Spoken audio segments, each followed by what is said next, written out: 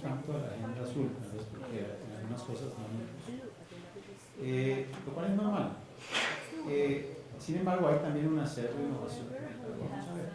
El tema de la gestión hídrica a nivel de Costa Rica es un problema que se ha acentuado mucho en los últimos años. Para esto hay que entender un poquito tres cosas. Uno, el contexto del país.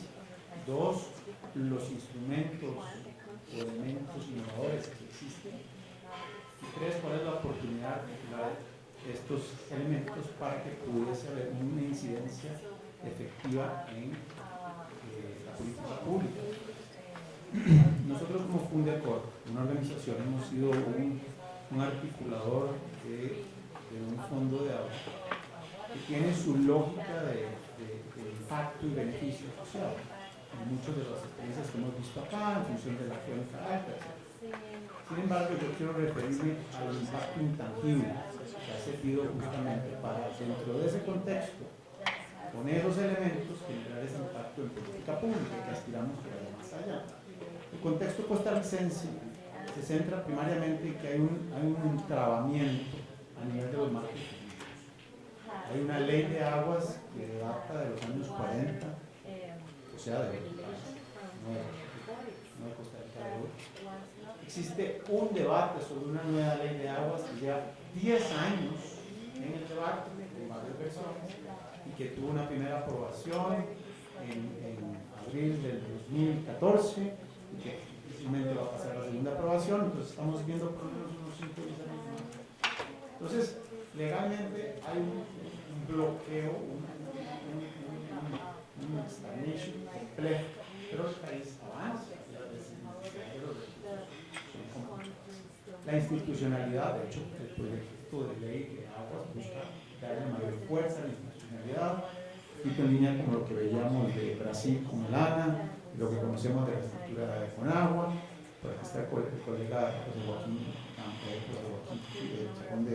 de la Dirección de Aguas, que sabe el problema que hay, la limitante en la institucionalidad, y justamente con el proyecto de ley se busca ir hacia un mejor contexto. Pero, ¿cómo lograr avanzar bajo ese elemento? Para esto volvemos al tema de los elementos que existen.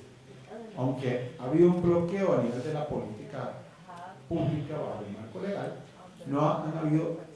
no se ha dejado de generar instrumentos que son de alto valor, desde una tarifa hídrica implementada bajo un operador de agua, la SPH, que ya se ha internalizado inclusive en consumidores, se ha visto como un valor, pero que es un piloto, por decirlo así, que tiene también sus deficiencias a nivel de la métrica, a nivel del impacto, pero que tiene un camino recorrido. Otros instrumentos como el canon de aguas, que lo maneja la Dirección de Agua y lo canaliza a generar instrumentos de métrica como el CINIGIR, que es un instrumento de métrica nacional, y a generar impacto a través de la agenda de conservación con el Sistema Nacional de Conservación y del Fondo Nacional de Financiamiento Forestal en lo que es un PSA hídrico, pago de seguro ambiental. Adicionalmente, ahora la RECEP está discutiendo cómo empujar una tarifa hídrica a nivel nacional. Entonces, todos estos instrumentos existen. Lo que pasa es que hay una alta atomización, porque al no haber un marco legal, una política integral, y todavía data a los 40, entonces nos cuesta mucho maximizar esta capacidad instalada, el conocimiento de la academia y generar un buen impacto en el terreno. Si le agregamos que es un país que se ha venido polarizando mucho, que creo que no es una cuestión nada más de Costa Rica, pero ha sido muy común en Latinoamérica, entre un enfoque más estatal y un enfoque más liberal, eso hace un entrabamiento complejo. Entra un actor en juego, el actor del sector privado, que está interesado en el recurso, pero que no sabe cómo entrenarse, porque dice: yo ya no quiero poner más recursos a través de impuestos, etcétera, a una estructura estatal pesada, apropiada, pero que ha tenido un rol importante en generar condiciones a lo largo de la historia, como esta innovación que decía. Entonces entramos en una situación que nos puede llevar a una espiral descendente. Aquí entra el fondo de agua. No me voy a referir a los impactos directos del modelo per se del fondo de agua, sino intangiblemente a jugar un rol catalítico, a cómo buscar acelerar condiciones habilitadoras para unir estos instrumentos que existen, que se han desarrollado, y estos sectores públicos y privados, para que así, sin que exista un marco legal, podamos avanzar en el tema de la gestión hídrica. Hoy me gustó mucho la presentación del colega de FSG que hablaba de impacto colectivo, colectivo. De alguna manera nosotros lo hemos puesto, creemos que el Fondo de Agua Acuática ha servido para generar justamente esa base de impacto colectivo. Nosotros lo llamamos muy simple, es 1 más 1 es 3. ¿Cómo hacer que se sumen los esfuerzos de una manera atractiva? ¿Por qué? Porque estos instrumentos que existen no son eficientes. Combinados pueden ser muy poderosos. Cuando el FONAFIFO tiene un PCA hídrico que recibe ingresos del canon de aguas, genera un impacto en terreno. Pero si agarramos la información del FONAFIFO con la AIA, que es el mayor operador de agua, el FONAFIFO apunta allá y la AIA dice que la necesidad está acá. Entonces, ¿estaremos maximizando los recursos? Claro. Cuando vemos el PCA hídrico de FONAFIFO, un instrumento para poder articular y ampliar la capacidad de financiamiento para el recurso forestal o el recurso ecosistémico como proveedor de recursos, vemos también una serie de sinergias, porque empresas del sector privado, embotelladoras, han invertido en el PCA hídrico. Pero hace 15 años era muy estratégico desde el punto de vista de estrategia comercial, ser los primeros que invertían en un PCA hídrico. Pero el PCA hídrico está modelado a una innovación ligada al PCA normal, que está en el marco de lo que es la fijación de carbono. Entonces, la métrica del PCA hídrico gira alrededor de hectáreas. Y a la empresa le interesa metros cúbicos de agua. Quiere ser ahora, en el presente, agua neutral. Entonces, ¿cómo invierto en ese esquema si no me da esa trazabilidad? Entonces, el fondo de agua ha sido un instrumento que ha generado ese impacto colectivo al empezar a unir estas piezas bajo una lógica de que se puede hacer una buena métrica a lo largo de los diferentes instrumentos, es decir, maximizar la inversión para que se dé ese 1 más 1 sea 3. Para que entonces, ordenando los instrumentos en el marco del espectro público, pueda haber suficiente confianza para que el sector privado invierta. Estas condiciones además generan un vehículo desde arriba hacia abajo para darle trazabilidad a la inversión y hace que entonces los esfuerzos de MARECEP, que establece tarifas, puedan estar acompañados de instrumentos en los cuales pueda haber garantía de impulsar a una sociedad una tarifa hídrica, diciendo hay una capacidad que estos recursos puedan ser trazados y llevados a cabo, más cómo se puede maximizar con inversión privada. Entonces lo dejo ahí, pero es un poquito para que dimensionemos que hay una serie de intangibles de estos instrumentos que llamamos fondos de agua, que creo que se escribe muy bien en la lógica del collective impact, que tenemos que tomar en cuenta.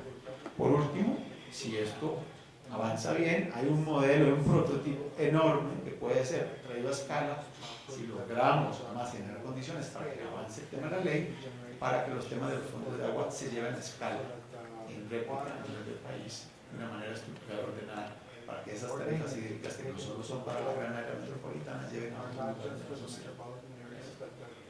Muy bien, muchas gracias, Felipe. Yo creo que mencionaste a mí varios temas, ¿no? Mas efectivamente uno que me llamó bastante la atención es exactamente el fondo de agua como este factor catalítico, ¿no? O sea, yo creo que es una fuerza, una fortaleza, ¿no? De los fondos que debemos cada vez más explorar y exactamente buscar, ¿no? Exactamente que baje ahí, ¿no? Que aterrice de alguna manera y que los fondos puedan ser exactamente el vehículo para la coordinación de diferentes políticas y también la retroalimentando y permitiendo que ellas se conversen un poco más unas con las otras, ¿no? Entonces yo creo que es un tema súper clave, un tema súper importante ahí.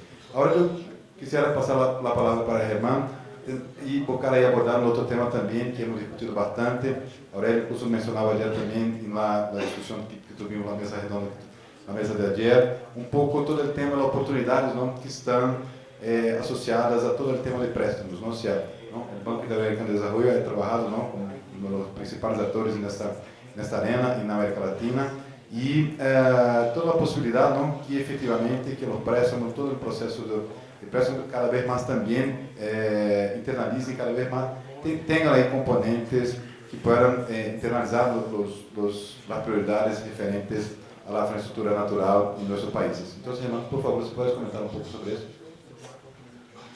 Gracias, Fernando.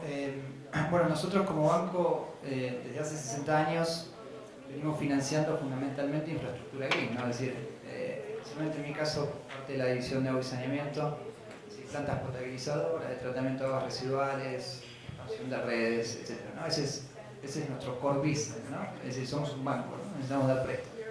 Pero al mismo tiempo somos un banco de desarrollo, ¿no? Y como banco de desarrollo necesitamos encontrar soluciones costo efectivas para los clientes, ¿no?, para nuestros clientes. Y como sabemos todos los que estamos aquí en este evento, digamos que las soluciones de infraestructura verde o soluciones de infraestructura natural muchas veces pueden ser más costo efectivas que las soluciones de infraestructura green, ¿no? Individualmente o combinadamente con infraestructura green, ¿no?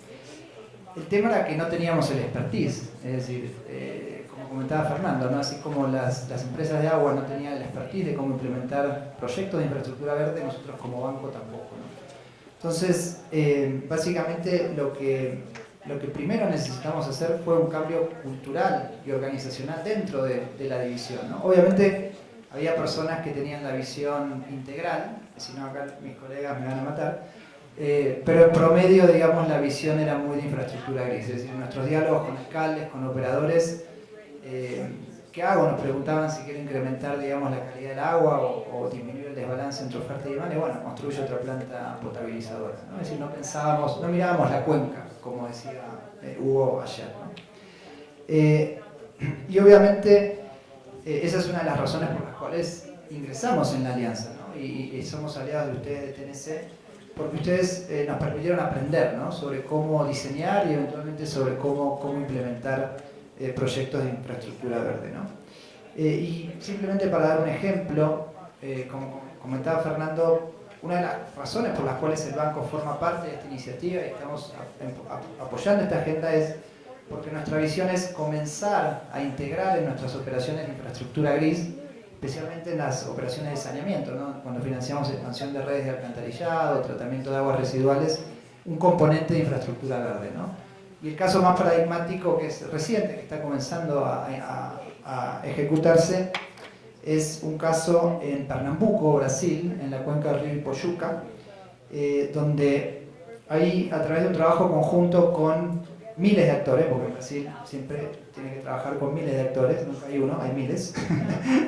En este caso con la Agencia Estatal de Medio Ambiente de Pernambuco, con la Agencia Pernambucana de Aguas y Clima y con la Compañía Pernambucana de Saneamiento, es decir, con la Utility,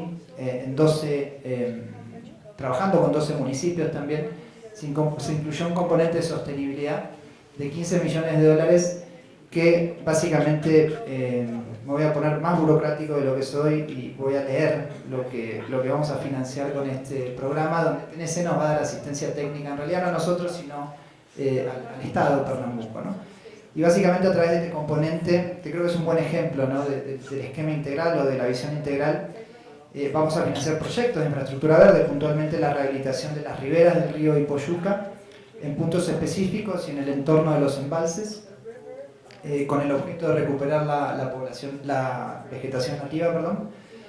Vamos a financiar también el desarrollo de metodologías para establecer un sistema de pago por servicios ambientales y la emisión de permisos para los municipios para el vuelco de aguas servidas, es decir, no se va a generar un mercado, pero se van a generar, digamos, la normativa para autorizar a los municipios a esos niveles, digamos, de descarga. Se va a financiar también el desarrollo de un sistema de cobro por el uso del agua, la implantación también de una unidad para el apoyo a la gestión ambiental. Obviamente a la infraestructura verde también hay que ponerle capacidad, ¿no? Y tiene que presupuestar, digamos, la generación de esas capacidades gubernamentales para hacer la ejecución, pero también el monitoreo, ¿no? Vamos a financiar también la implantación de una red de monitoreo hidrometeorológica y la reeducación de la red de monitoreo de calidad existente del agua, y obviamente también acciones de gestión socioambiental, de trabajo, digamos, con los municipios y con los usuarios, digamos, del agua en los municipios a través de acciones de comunicación y educación ambiental, ¿no? Es decir, el combo completo. Este es quizá el primer ejemplo, así que lo vamos a estar supervisando muy de cerca. TNC, por suerte, es un aliado y nos va a apoyar en todo el proceso. Así que esperamos que esta experiencia que hoy es un caso después sea, digamos, una práctica común en nuestras operaciones, ¿no? Muy bien, Germán, muchas gracias. Y efectivamente nós estamos todos súper animados, ¿no? con esa perspectiva y este primer proyecto, que seguramente nós esperamos que sea, ¿no? el primero de una serie grande ahí en el pipeline. Y estamos ahí todos muy comprometidos, ¿no? con el suceso del proyecto. Estamos todos muy interesados en trabajar nuevamente juntos para que, ¿no? para que eso sea una experiencia muy exitosa, ¿no? y que pueda generar otras en la secuencia. E aí, de maneira, aproveitando, não, que a Germana mencionou o Brasil, não, nesse processo, como vês um pouco, e aí regressando talvez ao ponto de Felipe, ou seja, essas diferentes possibilidades, não? Por exemplo, não, uma experiência como esta, que a Germana acaba de mencionar, como isso poderia, por exemplo, se somar ao Programa Produtor de Água de la ANDA, ou seja, e como as coisas podem estar em subvisão, não, pensando na gestão etapurana, de todas essas diferentes iniciativas e como isso poderia cada vez mais avançar para a escala, não, que desejamos e que queremos. Bom, quando nós criamos, a ideia da Ana ao desenvolver o Programa Produtor de Água foi criar uma ferramenta que possibilitasse essa inclusão, né? Tanto é que a Ana, desses 38 projetos que eu mencionei, ela não coordena nenhum. Sempre nós temos um coordenador local e temos uma característica. A Ana não usa o recurso dela para pagar serviços ambientais, porque serviços ambientais é pago por quem usa os serviços. Se não for assim, não tem sustentabilidade, tá? Então, o que nós fazemos? Nós usamos o serviço ambiental para mostrar para os possíveis financiadores de que existe uma seriedade, que o produtor está motivado a cuidar das ações que forem feitas ali dentro. Isso facilita atrair outros financiadores que vão apoiar na execução das ações. Então, uma iniciativa como essa, tem um trabalho, né? A Ana sempre se somou, e aliás, no início desse trabalho, eu comentava com você ontem, nós fizemos um trabalho forte com a agência no uso dos serviços ambientais, né? No pagamento de serviços ambientais. A Ana teve com eles, mostrou, nós vimos, eles estavam buscando formas de avançar. E hoje nós estamos plenamente de acordo que, se houver necessidade, se a Ana puder contribuir com esse processo, ela está aberta. Nós nos somamos a todas as iniciativas que nós temos que visem, tá? Um pouco daquelas ações que eu mostrei. Quer dizer, eu tenho que estar, de um lado, reduzindo o consumo, né, fazendo uma gestão da demanda, eu tenho que, do outro lado, estar aumentando a oferta, fazendo uma gestão da oferta, para que, com isso, eu possa equilibrar os usos da água nas bacias, tá? E isso é muito mais fácil naquelas bacias onde a água efetivamente tem valor econômico, ou seja, onde a água é escassa, porque aí você tem sempre alguém querendo investir para ter um pouco mais de água, né? Eu queria só fazer um comentário para não alongar muito, mas um problema que nós estamos atravessando hoje, muito sério no Brasil, e é o reflexo do que aconteceu em São Paulo, é que as nossas bacias estão muito impermeabilizadas, né? Mudou um pouco o regime de chuva, quer dizer, você tem chuvas mais intensas de curta duração, e o nosso solo não está preparado para receber esse tipo de chuva. Então, você não tem alimentação do sistema. Cantareira passou agora por uma contribuição grande, nós tivemos muitas chuvas, mas 15 dias depois que parou a chuva, ele começou a reduzir os seus níveis. Significa dizer que você não está tendo uma alimentação de base, né? A água que foi reservada ali dentro foi a água superficial. Se nós não atentarmos para isso e não fizermos parceria com os produtores, dificilmente nós vamos reequilibrar o sistema. Não, me parece perfeito e que está totalmente alinhado, não, com essa ideia de maximização e de otimização das diferentes iniciativas. E aí, uma pergunta, muito não, um tema não que ha sido muito discutido, não, e cada vez mais frequente em todo o tema de políticas, é exatamente o tema das tarifas, não, a possibilidade da internalização dos custos de conservação, não, das cuencas e das tarifas. Tu mencionaste em tu apresentação toda essa discussão de tarifas, não, aqui, não, de novos preços, valores de tarifas em Colômbia. Há também alguma discussão da possibilidade de inclusão de los custos de conservação nas tarifas, como iniciativas já como Peru, Costa Rica estão avançando. Ou seja, como, podes contar um pouco como está a discussão aqui em Colômbia sobre isso? Gracias. Y quizás para ser muy breve y en el marco de las dos preguntas que se han planteado, ¿por qué iniciar políticas públicas para hacer sostenible la gestión del recurso hídrico? Y si los fondos son un vehículo útil para eso, que son preguntas muy importantes. Me parece que las claves de la respuesta están un poco en el planteamiento que se hacía aquí en este panel, en el sentido de que es necesario ponerle un valor económico al recurso acorde, digamos, con su disponibilidad y digamos, incorporar principios de mercado en la gestión del recurso hídrico. Yo creo que eso es fundamental, no solamente porque es un recurso cada vez más escaso, en nuestro caso en Colombia en particular es todavía muy abundante por fortuna, pero en ciertas zonas del país muy escaso ya, pero también porque es necesario optimizar la calidad de las inversiones del sector público, la calidad del gasto público. La gestión del recurso hídrico no puede recaer en los presupuestos públicos, en los presupuestos estatales. Debe ser autosostenible a la naturaleza de ese recurso. Y por esa razón nos parece que es muy importante digamos, habilitar esquemas como las tasas de uso y las tasas retributivas, digamos, incrementar su potencial, es todavía muy inferior, digamos, a los niveles mínimos que se podrían alcanzar, y creemos que sí es muy importante avanzar en esa dirección como parte de la política. Ahora, esto es más fácil decirlo que hacerlo, y hacerlo pasa por la revisión de la institucionalidad. Se mencionaba aquí también hoy en panel, estas discrepancias, nuestros caminos a veces divergentes que conducimos las políticas en materia de gestión del recurso hídrico. Por un lado las políticas ambientales y por otro lado las políticas, digamos, de gestión o administración de la prestación del servicio. En Colombia en particular hemos hecho avances muy importantes en ambos frentes, pero hasta cierto punto todavía muy separados. Tenemos un sistema nacional ambiental, tenemos una serie de instrumentos ambientales, de instancias ambientales que van en la línea de gestionar mejor la conservación y el manejo del recurso, y por el lado, digamos, de la prestación del servicio tenemos una comisión de regulación de agua potable, formulamos políticas sectoriales, pero estas dos políticas, aunque cada vez se hablan más, todavía no se hablan lo suficiente.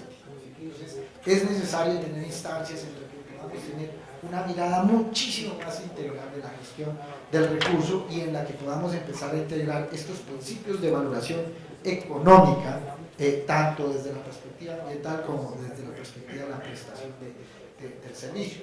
Hay unos avances recientes que todavía no tenemos del todo, digamos, desarrollados. En la Ley del Plan Nacional de Desarrollo 2015-2018 creamos la figura de la Comisión Nacional del Agua, que tiene como propósito justamente sentar a todos los actores y tener una mirada mucho más integral de mediano, largo plazo en cuanto a la gestión y el uso del recurso, y vamos avanzando en esa dirección, pero digamos que todavía tenemos retos muy importantes. Y cierro quizás diciendo que no solamente por el recurso en sí, no solamente por la necesidad de hacer una gestión más eficiente del gasto público, nada más para señalar, el fenómeno de la niña nos costó a nosotros 11.6 billones de pesos, ¿sí? En 2011 y 2012, y el fenómeno del niño nos costó cerca de 1.6 billones.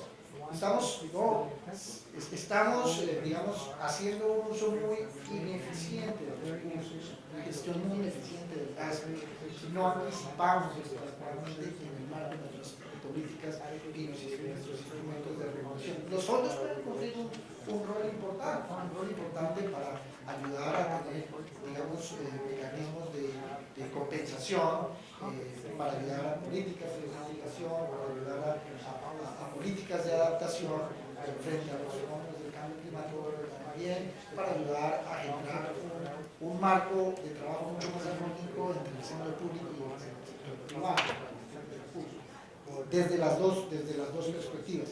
Hay avances también en esa materia, pero digamos que, al menos en el caso de Colombia, creemos que todavía tenemos mucho por recorrer. Y finalmente, Colombia enfrenta una coyuntura muy particular, que es la coyuntura de la paz. ¿Sí? Y en el contexto de la paz, el agua y la gestión del recurso hídrico se vuelve un aspecto importante. Quienes no conocen el contexto de Colombia se preguntarán por qué. Bueno, porque buena parte de las zonas donde se produce el agua ha sido tradicional, históricamente muy afectada por el conflicto armado y por sus fenómenos conexos, como la deforestación, por los cultivos ilícitos, como la contaminación por la minería ilegal, ¿sí? Y por la presión que han puesto actores armados sobre la población hacia zonas que han ido siendo incorporadas a la frontera agropecuaria, digamos, en contravía de las necesidades de conservación de las principales cuencas del país. Entonces, la paz en Colombia es una oportunidad y los instrumentos tipo los pagos por servicios ambientales y los fondos como los que se están discutiendo acá, pues están siendo visualizados como mecanismos que nos permitan convertir esta oportunidad en alternativas de ingresos para las poblaciones de estas zonas, de forma tal que ellos puedan conservar las cuencas, conservar el recurso hídrico y recibir un pago por eso, lo que les permitiría dejar de participar en actividades ilegales como los cultivos ilícitos o dejar de participar en actividades que deforestan y digamos que degradan los recursos naturales de estas zonas donde se produce el recurso hídrico en Colombia. De forma tal que es por esta razón donde, o en estos aspectos donde converge este diálogo que estamos teniendo aquí con esta oportunidad que se abre en Colombia para nosotros con la paz. Muchísimas gracias. Muchas gracias, Manuel. Y súper interesante ver exactamente esta perspectiva, ¿no? Y esta nueva, o sea,